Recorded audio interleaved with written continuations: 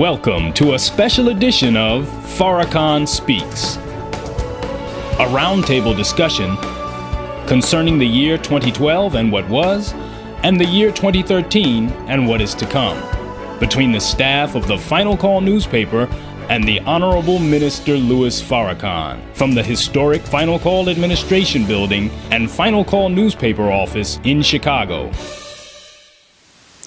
Greetings. I'm Richard Muhammad, Editor-in-Chief of the Final Call newspaper, and we're pleased and honored to have with us for an interview and a look at the year 2012 that has passed and what is to come in 2013, to have a great conversation and dialogue with the Honorable Minister Louis Farrakhan, our publisher, and the national representative of the Honorable Elijah Muhammad and the Nation of Islam. Brother Minister, first of all, Happy New Year. We're very pleased and honored to have you. And if you would like, we would like to get right into the questions for today. Let me say, I pray that the new year will be happy. That's a tradition of this world. And the tradition of this world is to raise as much hell as you can as an old year goes out. Make resolutions that you don't intend to fulfill or you won't fulfill, and engage in raucous behavior. We, as Muslims, should not participate in such. The new year may be happy, but it may not be happy. So we should wish for everyone God's peace in the new year, whether there are misfortunes that we might face which won't make it happy. But if God's peace is with us, then no matter what trial or circumstance comes up in the new year, that resolve with God will help us to get through. So I would like to say to our readers as well as to the public, the Bible says that the old world goes out with a great noise. And to symbolize how the old world is going to go out is the way this world lets the old year go out, with lots of noise and frivolity and foolishness and decadence. For us, the new year and the old, as we are blessed by God to come through an old year. But so many people started this year, friends, family, persons that influenced our lives, and they said, Happy New Year, not knowing that this year or last year would be their last year on this earth. So for me, it has always been a time of reflection. Reflection on those who started the year but were not blessed to finish it. Reflection on what we did or did not do, that we pray God will bless us to do better. New Year should be a time of deep reflection and commitment, praying that God will help us to go through this year and bring us safely into the next. So I appreciate your saying Happy New Year. But we are not the traditional people like that. We are a people that believe completely that today and tomorrow and the next day is not in our hands. So we hope and pray, inshallah, if it be the will of Allah, that we will have a great, successful year for the spreading of that divine truth that will awaken our people and all who slumber under the touch of Satan. So thank you for your kind words in introducing me. Well, Brother Minister, thank you for your wonderful answer. I would also like to add, participating in the interview as well will be our assistant editor, Brother Richard Muhammad, and our staff writer, Sister Starla Muhammad. So with your permission, I'd like to get to the first question. I'm honored to be questioned by the three of you. Thank you so much. Thank you, sir. I'd like to start, Brother Minister, on the cultural scene, if I may. Movies, music, and entertainment are, of course, America's #1 export to the world. There's been a great clamor, a great discussion, a great deal of controversy about the movie Django. Wanted to ask you, what are some of your thoughts about the movie? Do you think it's significant, or is it just entertainment? First, the wicked king of Babylon, Nebuchadnezzar,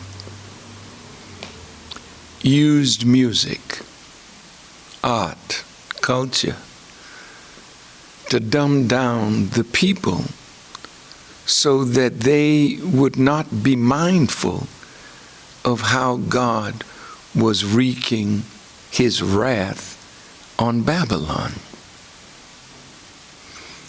Art and culture, music, have a great role to play in any society. The great artists, the great musicians, the great people of culture, it's how you use what God has given you as a gift. It is unfortunate that what America exports to the world is a decadent culture that is affecting and infecting people throughout our planet. And that's why certain societies that are Islamic do not want any of America's culture. It's difficult to keep it away from young people all over the world, but to take our talented men and women and use them as sex symbols and to spread decadent filth to the world is part of a plot by Satan, who is in control of America's music, art, and culture, and therefore to corrupt the talent that God gives and to use it to dumb down the American people and to dumb down the world's people and to make the youth of the world respond to decadence rather than respond to wisdom as their life is just starting. What kind of life will they have? So art and culture and movies and music has a great place. But the revolution of our thinking must be reflected in our art and our culture, and the talent of our young people must always be used to lift the minds of those who are touched by our music, our song, our dance, our plays, our movies. And while I'm on that question, I want to say how grateful I am to Tyler Perry. He is probably one of the most brilliant young entrepreneurs that we have. Why do I admire him? I have never seen his portrayal of Medea as a man cross-dressing.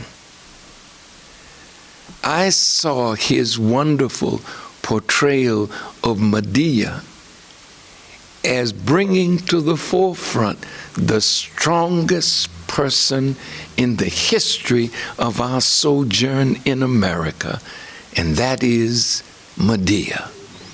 That strong black woman who was the cornerstone of her family. She always was that figure that gave guidance, correction, reprimand, discipline. And Tyler Perry brought her to the screen in funny ways. But what I was seeing was the greatness of the strong black woman who saw us through from yesterday to today. Again, you know, there are many sick people in America who have had very bad life experiences. And we don't have the blessing of being able to go to a psychologist or psychiatrist to help us handle our problems. But one of the great things that I saw with Imam W.D. Muhammad when he became leader of the then Nation of Islam, he brought to Chicago black psychologists, Naim Akbar and others, and he wanted to use psychology and art to heal. It didn't come out probably as he would have liked, but when you look at Tyler Perry's movies, you see the brilliance of T.D. Jakes, a spiritual giant. You see the majesty of human problems acted out. So you could sit in the theater and see yourself in your madness, in your gladness, in your goodness, in your evil, and then come out of that experience for a $15 ticket and some popcorn and say, wow, I feel better. So this New Year's a shout out to the giant called Tyler Perry, a spiritual giant, a magnificent human being, and I pray that this year his art, his greatness will shine even more in healing our people through mass projection of drama through film and plays. Having said that, Django. Yes, sir. I don't believe people make movies just to entertain. Wise people make movies to move people in certain directions. In 1970, after the Congress of African People, when the minister spoke and was given words to say by the Honorable Elijah Muhammad, and those words caused me to be interviewed by the great brother Tony Brown on his wonderful show. And I was in Jamaica getting some rest after 15 years of work, 7 days a week.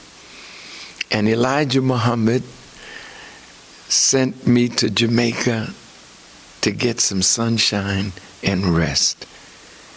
And while I was there, next to the Holiday Inn where I stayed was a beautiful resort called the Half Moon. And one of the great black actors of the 20th century, our brother, oh boy, a senior moment, Brock Peters, was making a movie in Jamaica called Lost in the Stars. And he told me, when we met and had a wonderful exchange, he said the producer of the film said he would like to meet you. And he took me to the set where the movie was being made. And at a break,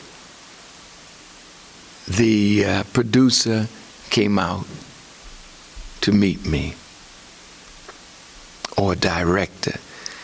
He was a Jewish man, and he said these words to me. He said, "Farrakhan, you seem like a nice person. It's not you that we fear. It is your ideas."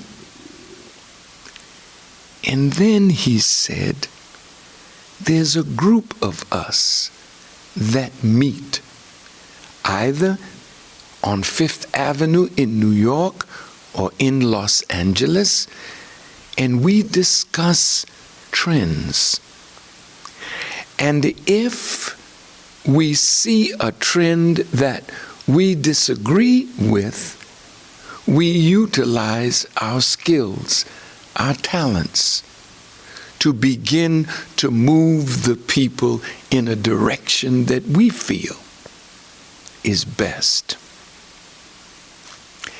In that meeting that they have on Fifth Avenue in a penthouse or in California, he told me there are writers, script writers, book writers, artists, people that influence people.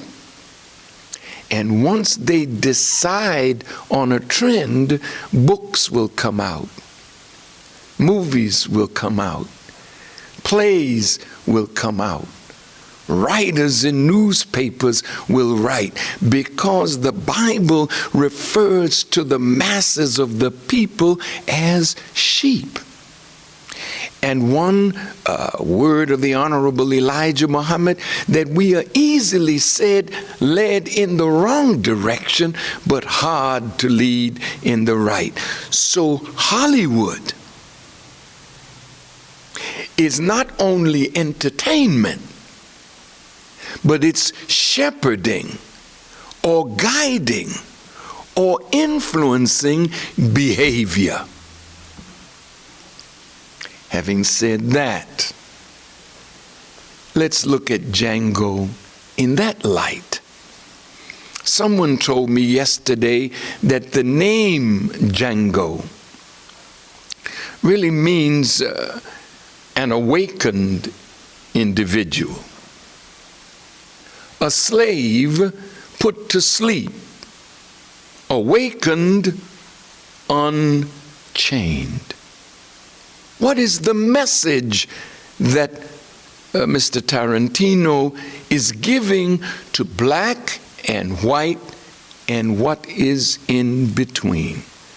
The message is that Django, a black man who loved his woman, his wife, and was willing to do whatever it took to free her from the clutches of white people who were misusing her. That man, awake, unchained, became a vengeful man who wanted to wreak havoc on those who had enslaved not just his wife and him and others on his plantation, but he really wanted to see a people set free. Such a man was Nat Turner. Such a man was Gabriel Prosser. Such a man was Toussaint Louverture, Dessalines, Christophe. But none of those who rose up in Jamaica, in Antigua, in Brazil, were loved by the Tom. The Tom always saw those kind of people as a threat to their relationship with their slave masters and that which could get them hurt. So slave revolts that were written of in our recent final call on Christmas Day, those Toms told Massa what the blacks were planning, and black people were slaughtered by the hundreds because Master wanted to make an example of such people. Django Unchained. The actors were absolutely superb. And the words that DiCaprio and other whites used, but mainly DiCaprio, talking about old Ben and how Ben worked for his father and grandfather and he was mistreated. And DiCaprio wondered, why didn't he rise up against his tormentors, his oppressors, his enslavers, his exploiters? Why didn't he rise? So he cuts the skull and opens it up and says to Django, your brains are made in a way that you're born to be a servant, born to love servitude. Huh? So now Django has already killed white people. Now he's in the place where his wife is. He's discovered. I thought that our brother that played Tom to the max, Samuel Jackson, he played Uncle Tom so magnificently, even a modern Tom would feel ashamed to be that, looking at the way he played that part. And what Tarantino was showing, that there's always somebody like that among us when we strive for true liberation. There's always somebody that loves closeness to the master, sitting with master with a drink and telling master, you know, you've been tricked by this Django. I know I'm taking a little time on that question, please go right ahead. but the question and the answers are so profound that when Django finally retrieves his wife and comes back to where she was and kills all the white people, all of them, and even the wife, the sister of DiCaprio, who seemed to be somewhat gentle toward her slaves, she was blown away. Say goodbye to the mistress. And when you see Samuel L. Jackson shot in his kneecaps, and he's cussing the freedom fighter, cussing the man who killed his master. And you see the dynamite that he retrieved from white folk, that he had dynamited the house. He knew what to do to destroy not just the master, but the mansion of the master.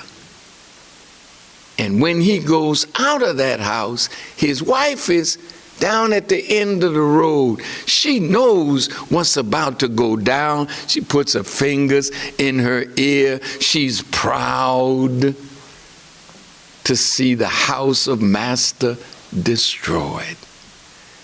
What message does this send to black and white?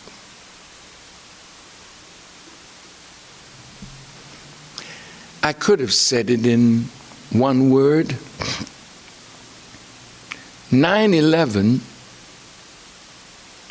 was what the neoconservatives dreamed of when they said we needed another Pearl Harbor. They got it. Now, the gun craze in America and 1,200 well-armed white militia.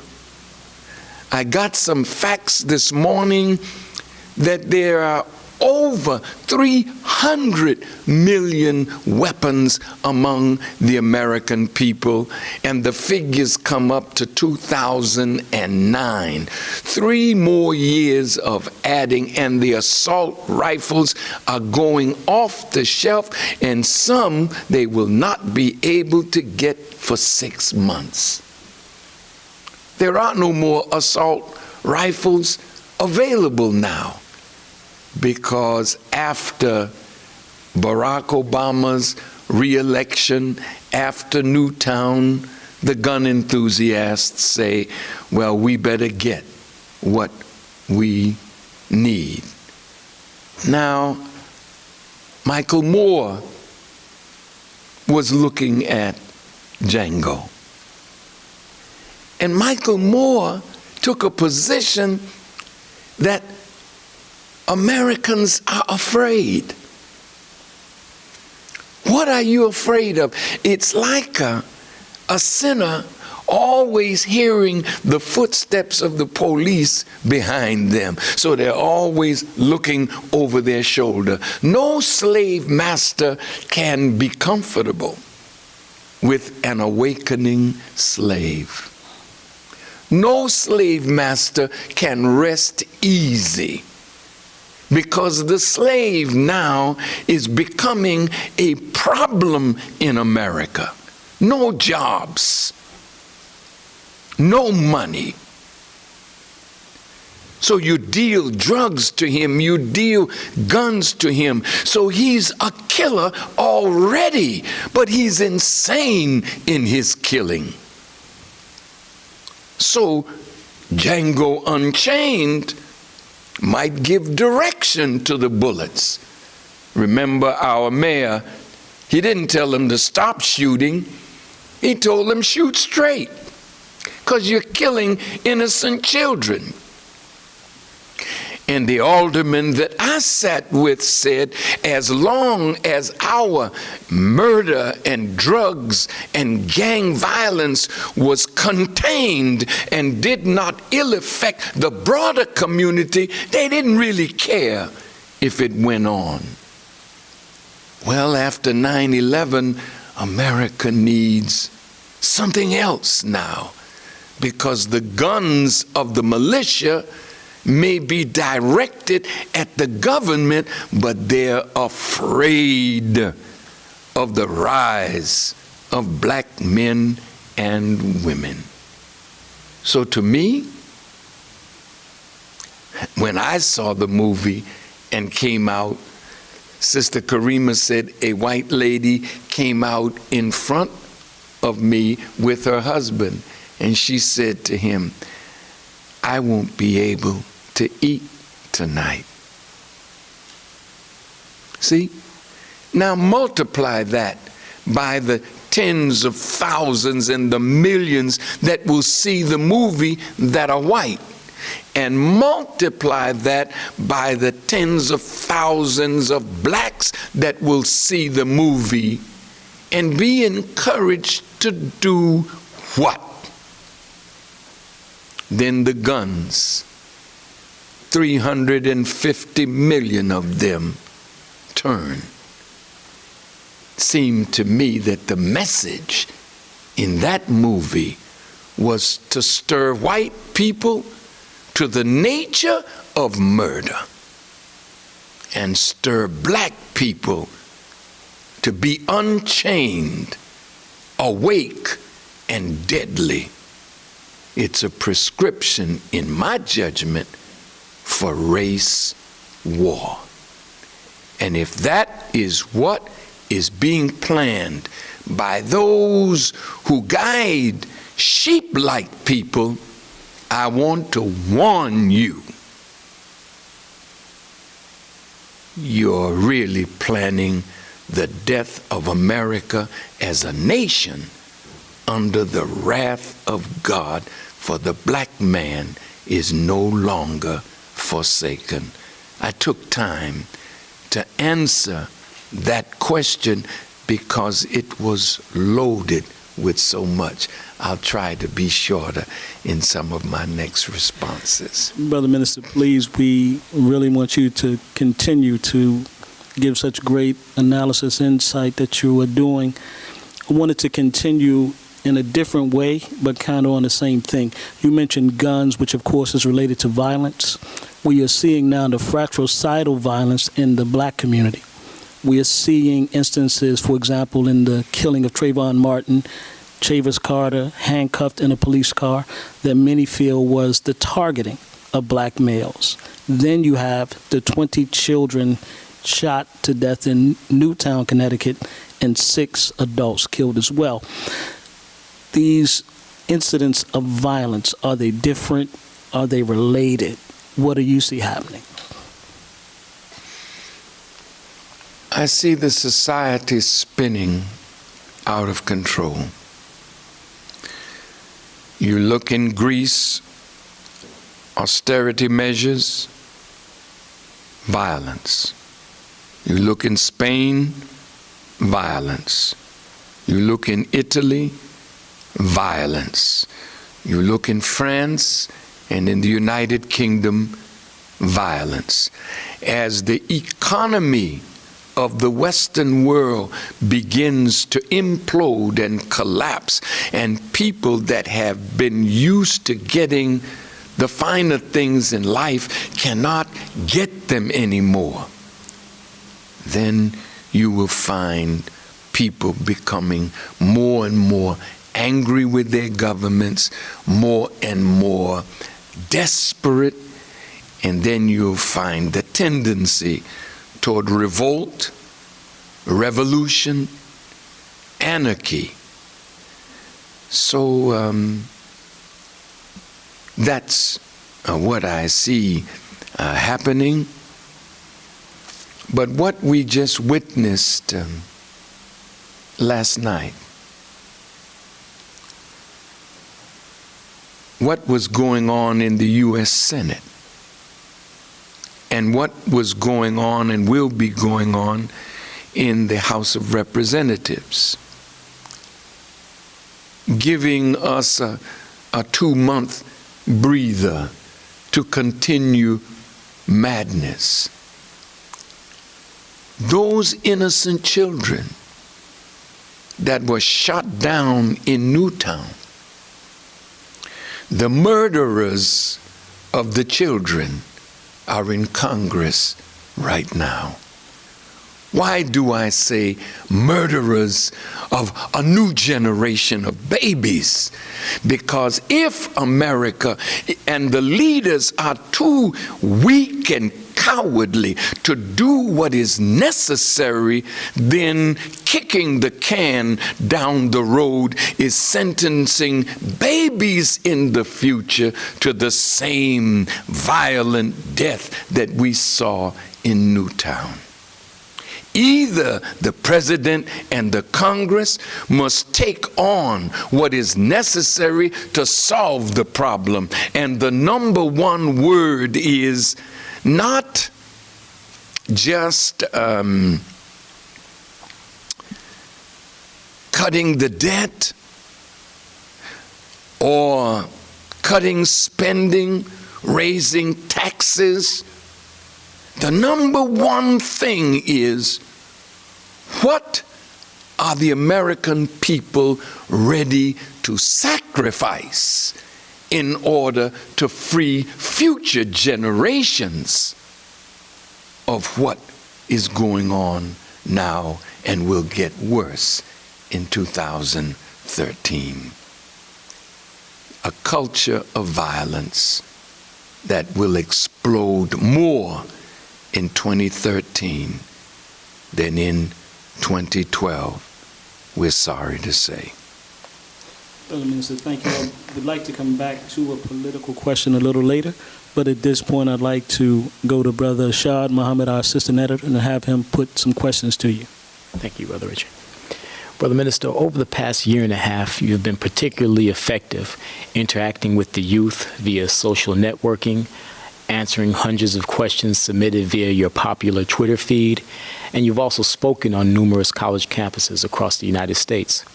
Do you plan to continue and expand that outreach in the upcoming year? And secondly, what are the keys to survival for our young college students and the struggling historically black colleges and universities?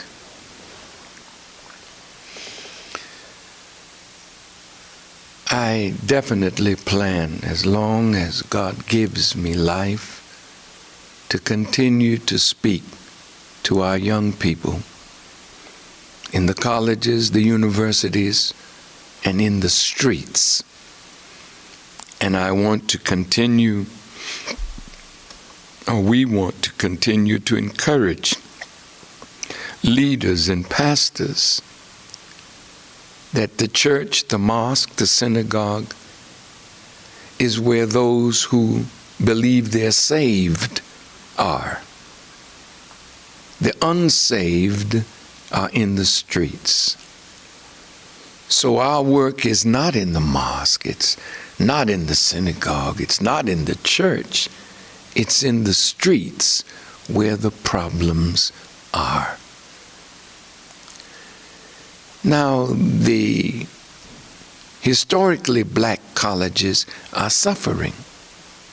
They were the bedrock of the production of strong leadership in the 60s for the civil rights movement.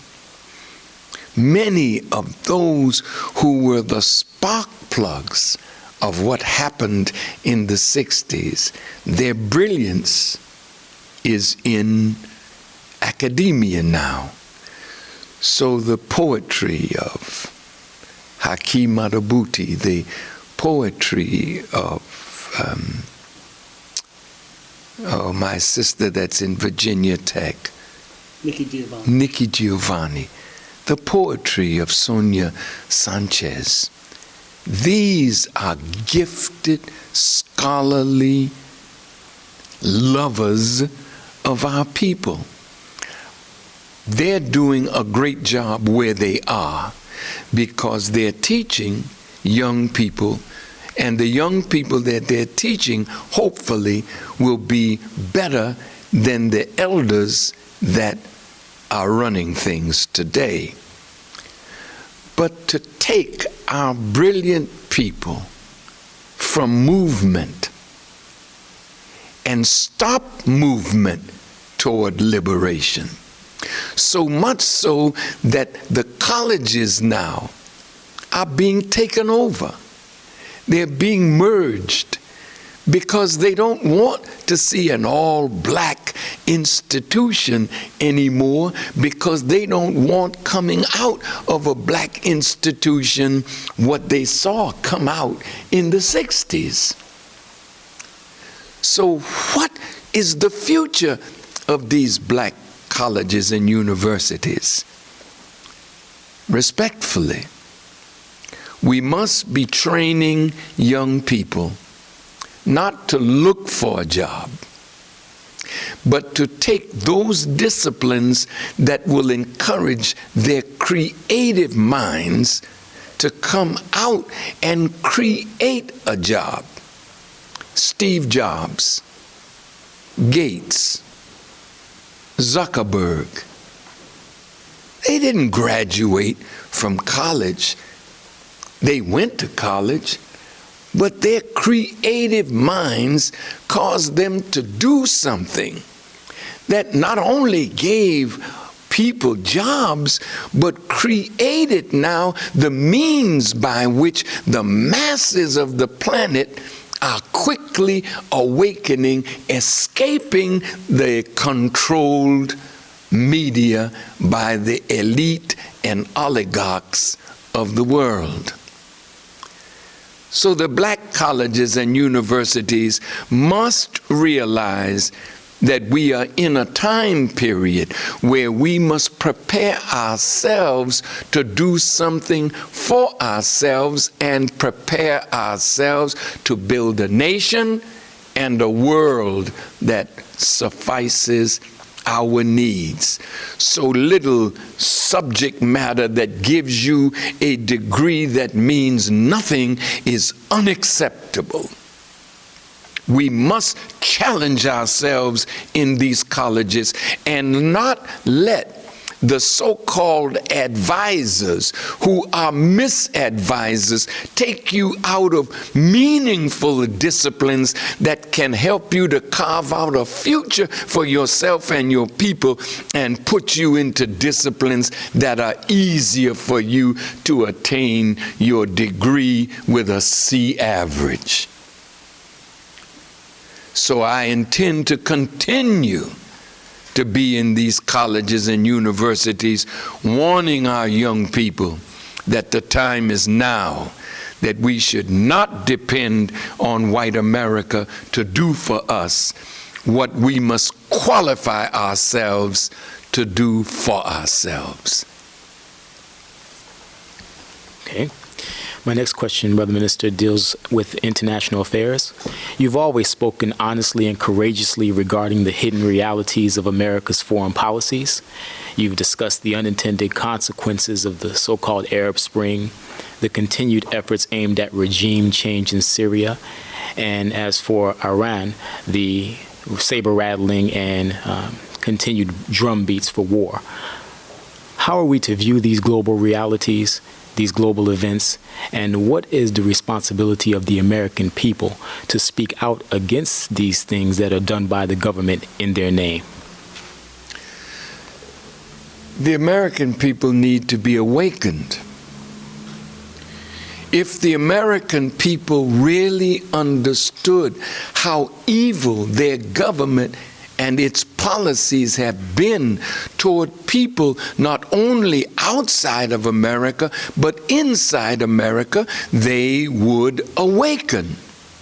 and out of them would come a patriot who will speak truth to power, to free their minds from the manipulation of those who are in positions of authority and power, but are corrupted to the core by the moneyed special interests that govern the governors, govern the senators, govern the government of the United States of America. But everything that is being done is moving the world toward the most dreaded of all wars, the war of Armageddon.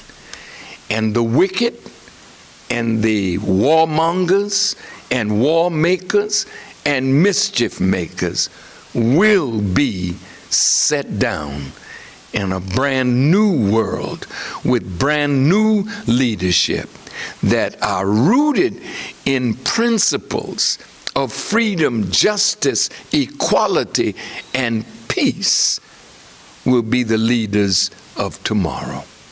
Let's prepare them today. Thank you very much, Brother Shad. At this point, Brother Minister, we would like to now have Sister Starla Muhammad, our staff writer, ask you some questions. Yes, sir. Thank you. Assalamu alaikum. Wa alaikum salam. Brother Minister, what are your thoughts on the current state of black leadership? What do black leaders, groups, and organizations need to do to eradicate the roadblocks and impediments that seem to prohibit them from working together for the benefit of the masses of our people in 2013 and beyond? The black leadership is committed to an America that accepts us, an America that they can encourage to make a way for us, an America that would allow the income gap between black and white to close, an America that is post-racial. I don't find fault with them. These are brilliant men and women in a direction that we as Muslims, followers of the Honorable Elijah Muhammad, believe is fruitless.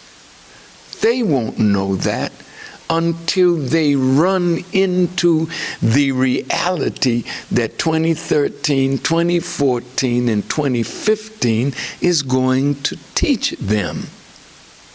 Then they will turn, as the Bible teaches. The Son of Man, went to these dry bones. He spoke the word to them, but the word only caused them to shake and rattle, but they never stood up in unity because the Spirit of God was not in them. So the Son of Man went back to his sender, disappointed that they had not come up. And the sender said to the Son of Man, prophesy unto the winds, and let these winds blow on these slain of God. The winds are blowing, and they're getting up to what one might call in a tornado or hurricane 5. And as these winds blow, the bones are forced to come together. And I believe the scriptures that we are going to stand up an exceedingly great army, and then we will know that God, the Savior, is among us to make us again into a great people. Just be patient. It's all coming where God wants it to go. Yes, sir. Thank you. My next question, Brother Minister, what guidance and practical advice would you give Black women who are single, have sons, and the father is not part of the child's life? How can women effectively raise and guide these young boys into responsible manhood? How can women ensure that they are guiding but not babying their sons? Be like Medea. I didn't have a father in my house. My mother was strong enough to be anybody's father. We've got strong Black women, but if they sit around watching stupid television, if they watch that which makes them feel that their power is in sex rather than in the brilliance of their minds and their deep spiritual connection to God, that was Medea.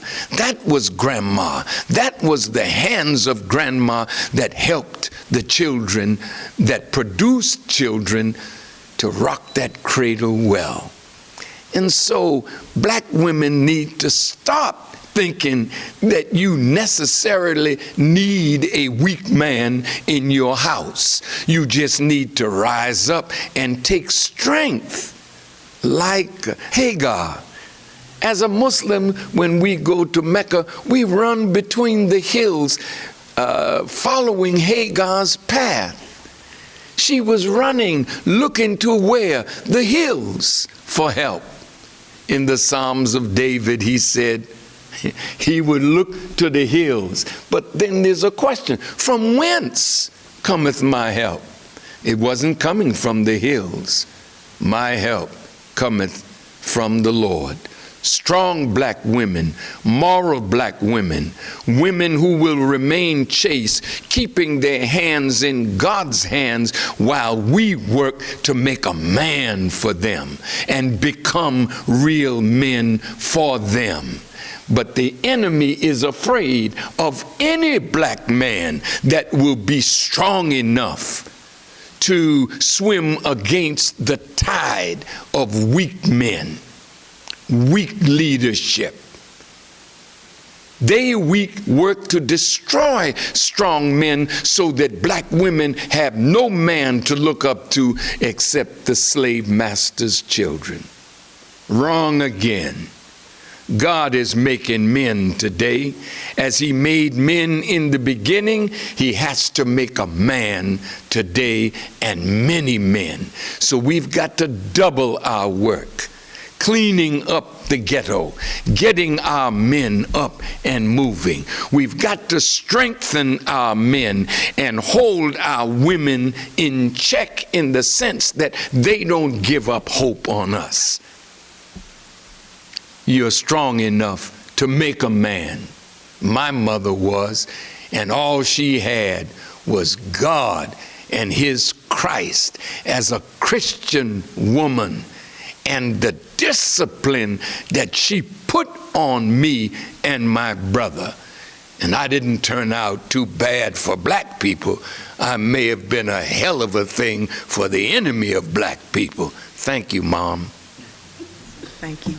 Look, Minister, our time is just steadily getting away. We probably have about 9 minutes. What I'd like to do is to get in two questions and hopefully, well, I'd like to get in two questions.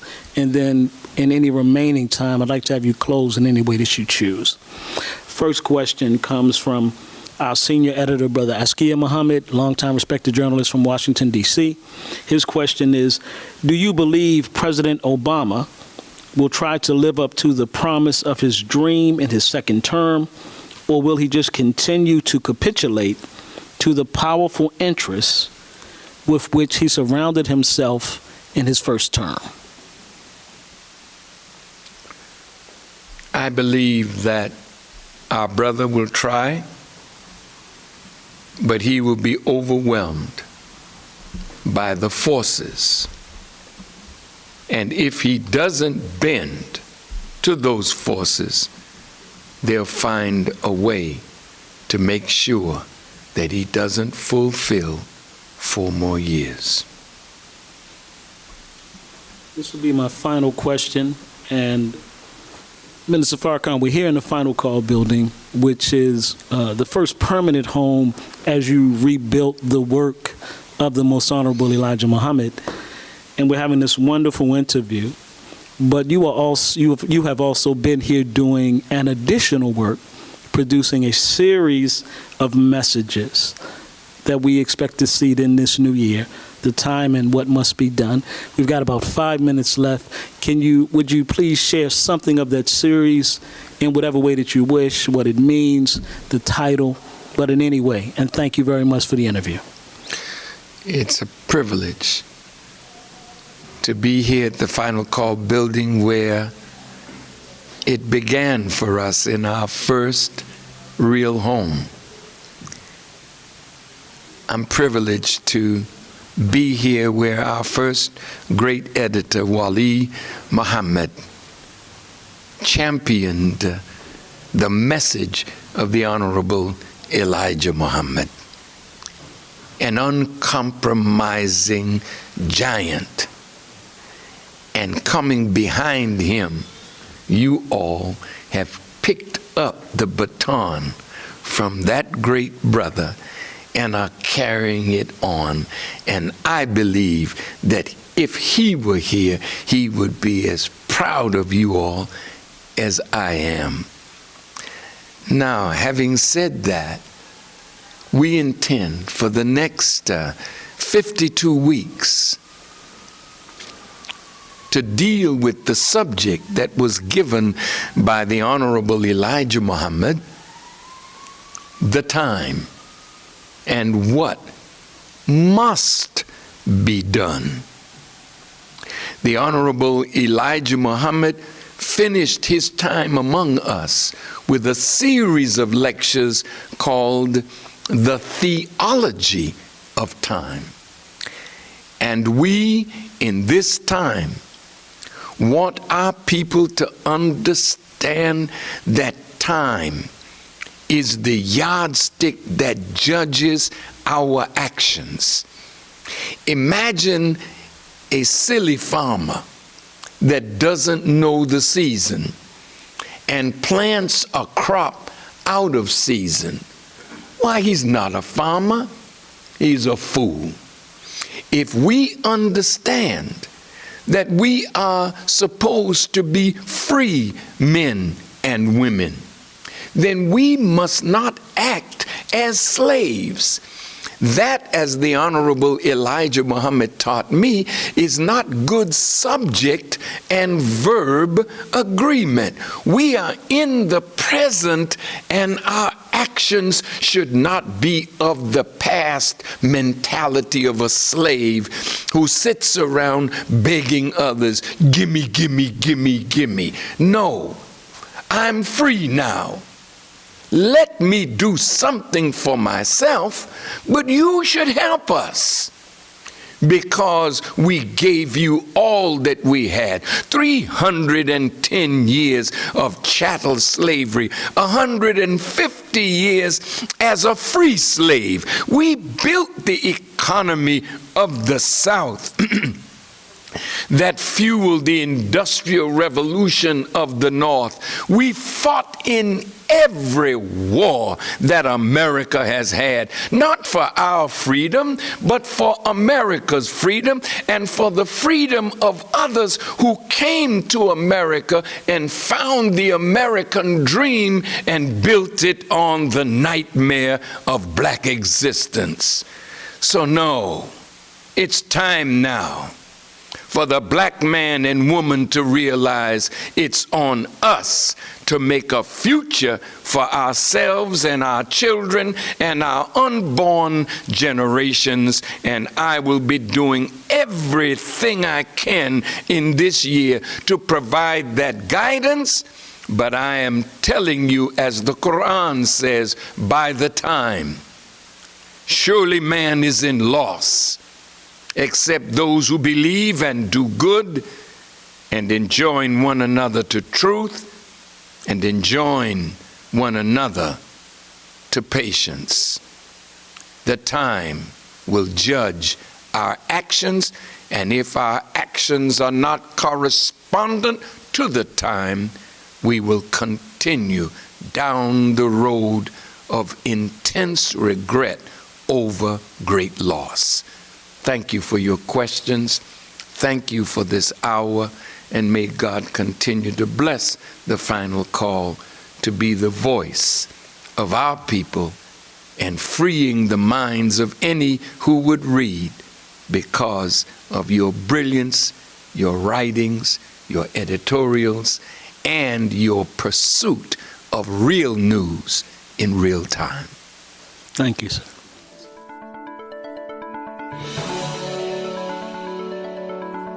Brothers and sisters, we're very happy to announce that our beloved Minister Louis Farrakhan is launching a timely and life-saving 52-week series of talks entitled The Time and What Must Be Done.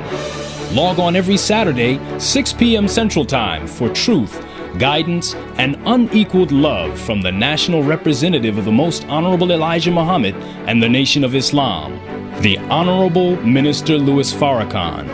Pass on the word every Saturday at 6 p.m. Central Time at noi.org. The Time and What Must Be Done.